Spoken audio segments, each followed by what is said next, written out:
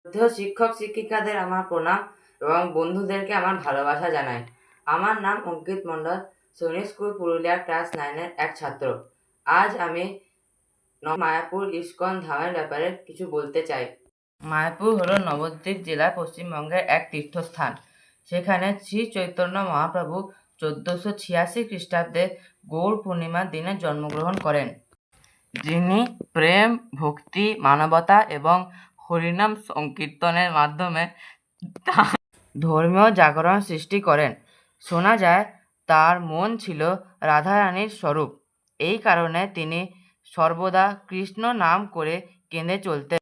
তার দেওয়া শিক্ষা হলো লক্ষ লক্ষ মানুষের জীবন প্রেরণার প্রধান উৎস। 1966 সালে ইস্কন প্রতিষ্ঠা করেছিলেন শিলা প্রভুপাদ। মায়াপুরে অবস্থিত ইস্কন জগৎ বিখ্যাত। পৃথিবীর প্রায় অধিকাংশ দেশে এই মন্দির প্রতিষ্ঠিত। শিলা প্রভুপাদ এই মন্দির প্রতিষ্ঠার মাধ্যমে ভারতীয় বৈদিক সংস্কৃতি ও ভগবান শ্রীকৃষ্ণের উপদেশ বিশ্বের বিভিন্ন দেশে পৌঁছে দেওয়ার জন্য অসামান্য অবদান রেখেছেন।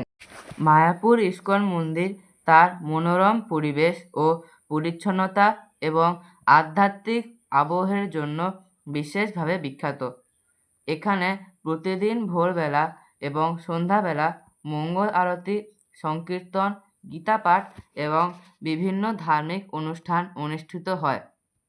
এখানে রাধা মাধব, অষ্টসখী, পঞ্চতত্ত্ব এবং নরসিংহদেবের সুসজ্জিত বিগ্রহ রয়েছে, যা দর্শনার্থীদের গভীরভাবে আকৃষ্ট করে।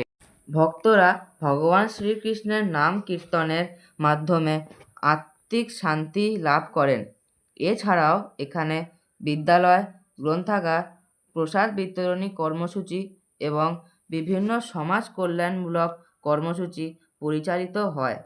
পরিশেষে বলতে চাই, আজকের ব্যস্ত ও প্রতিযোগিতামূলক জীবনে মানুষ প্রায় মানসিক অশান্তিতে ভোগে।